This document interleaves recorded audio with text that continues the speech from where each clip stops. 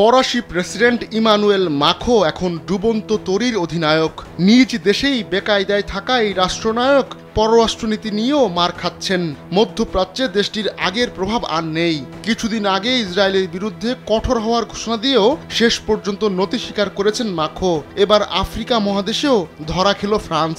গেল মাসে আফ্রিকার দেশ চাঁদ গুরুত্বপূর্ণ একটি সিদ্ধান্ত নেয়। দেশটি জানায় তারা ফ্রান্সের সঙ্গে সামরিক প্রতিরক্ষা চুক্তি থেকে বেরিয়ে আসছে।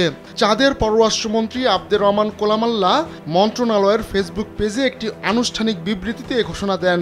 এর আগে 2019 সালের 5 সেপ্টেম্বর উভয় দেশ এই চুক্তি করেছিল। উদ্দেশ্য ছিল দুই দেশের মধ্যে নিরাপত্তা ও প্রতিরক্ষা সহযোগিতা বাড়ানো।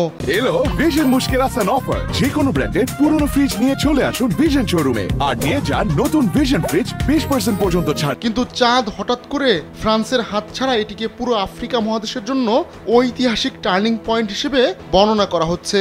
এই পুরো প্রক্রিয়াকে আফ্রিকায় ফ্রান্সের উপনিবেশবাদের অবসান হিসেবে দেখা হচ্ছে। চলতি বছরের মে মাসে চাঁদে ফ্রান্সের সামরিক উপস্থিতি নিয়ে ব্যাপক বিক্ষোভ হয়।